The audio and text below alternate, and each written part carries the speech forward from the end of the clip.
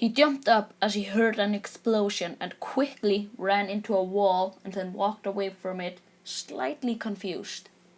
This was the fourth time in this week that happened.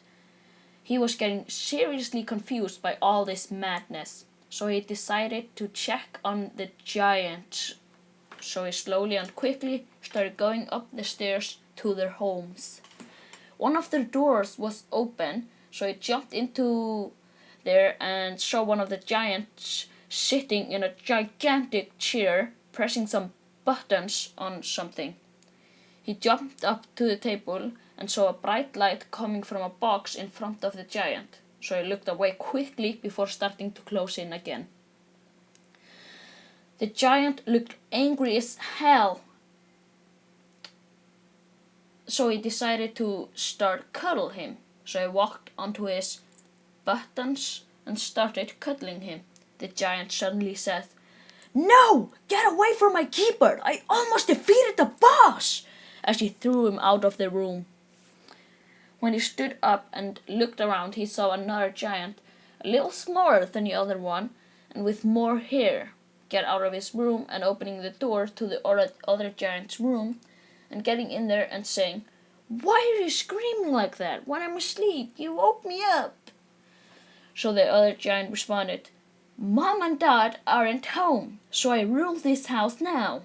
So get out of my room and go back to sleep," he said as he slammed the door shut. The small giant now approached him and said, "Oh, what's John mean to him? It's okay, you can come into my room," and suddenly picked him up and carried him to her room. The girl's room was full of Barbies and dresses all over the floor, so he wanted to get to the ground to play with them. She put him onto the ground, but held him still and said, "I want to play dress up, so I'm going to dress you up. Is that okay, Mr. Shelley?" She didn't wait for a response and started dressing him in a dress right away, which he did not like at all.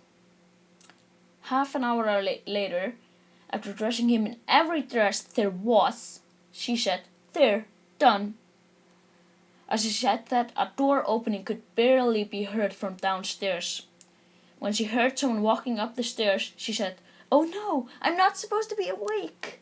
Then the door to her room opened and a giant bigger than both the giants combined walked into the room and said frustrated, "Why aren't you asleep, miss?"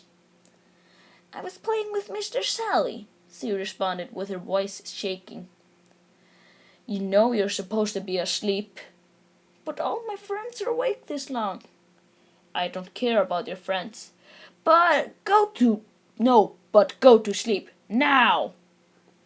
The conversation was over as she went to sleep with her Santa Claus blanket. "Mr. Sally, come on, I'll take you out of that cute reindeer dress." He walked over to the giant and let him take him out of the dress. "There, now you're free to go."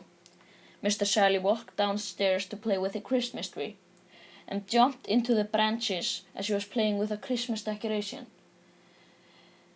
He heard another explosion and jumped out of the tree and missing the decoration to the floor, which broke. "What was that sound?" said yet another giant as he walked down the stairs. "Oh, it was only you, Mr. Sally. Did you get scared by the firework? Oh, that Christmas decoration. Did you break it?" "It's all right. After all, you're only a cat in a human's world."